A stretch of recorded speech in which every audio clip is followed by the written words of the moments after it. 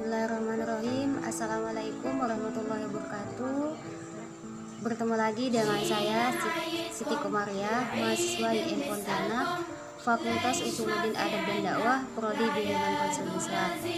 Yang mana pada kesempatan kali ini saya membuat channel ini untuk memenuhi tugas UAS, yaitu ujian akhir semester pada mata kuliah Ilmu Komunikasi Islam.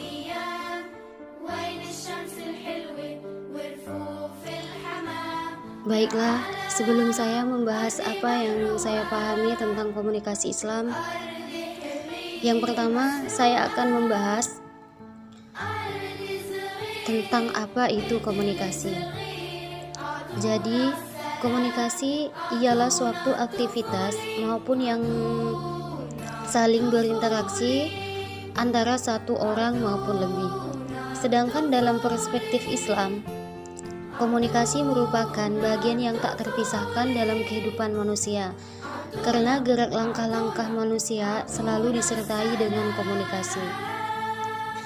Nah, sedangkan yang dimaksud komunikasi Islam adalah komunikasi yang berakhlak karimah ataupun beretika, yang mana komunikasi yang berakhlak karimah ini ialah komunikasi yang bersumber dari Al-Quran dan hadis maupun dari sunnah Nabi. Sebenarnya ada 6 prinsip komunikasi Islam. Namun di sini saya akan menjelaskan 3 prinsip komunikasi Islam, yaitu yang pertama qaulan sadida, dan yang kedua qaulan ma'rufah, dan yang ketiga qaulan karimah. Yang pertama ialah qaulan sadida, yang mana qaulan sadida ialah perkataan yang benar yang berarti tidak ada kebohongan dan bukan dusta. Selanjutnya qaulan ma'rufah, kata-kata yang baik ataupun santun, itulah yang disebut qaulan ma'rifah, atau juga berbicara yang bermanfaat dan menimbulkan kebaikan. Dan yang ketiga ialah qaulan karimah. Qaulan karimah ialah ucapan yang mulia.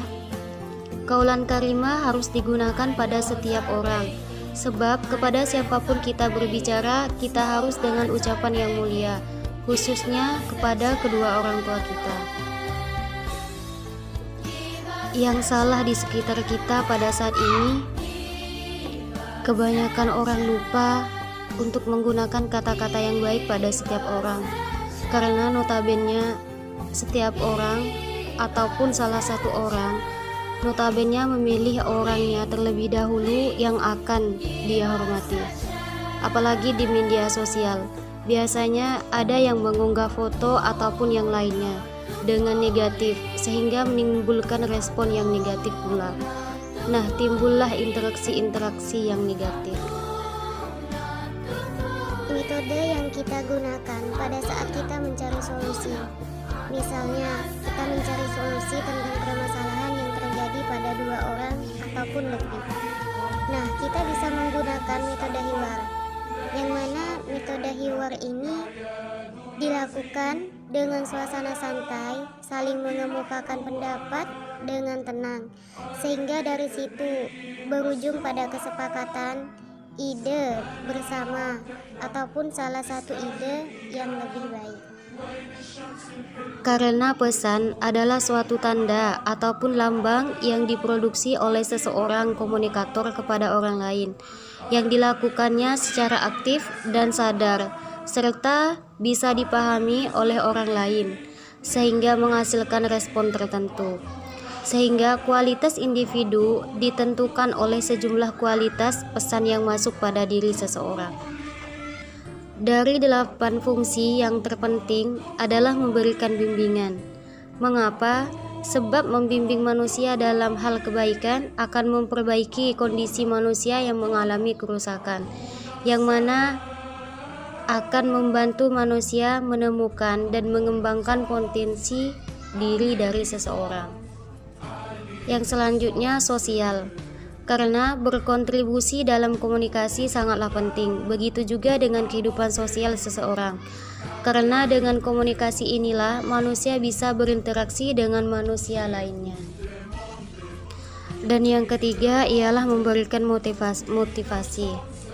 Mengapa motivasi? Karena kehidupan manusia yang sangat dinamis sehingga mengakibatkan manusia tidak stabil. Karena itulah motivasi yang disampaikan sangatlah penting baginya. Nah, itulah kelima jawaban dari kelima pertanyaan yang sudah saya paparkan. Kurang dan lebihnya saya mohon maaf. Sekian dan terima kasih. Wassalamualaikum warahmatullahi wabarakatuh.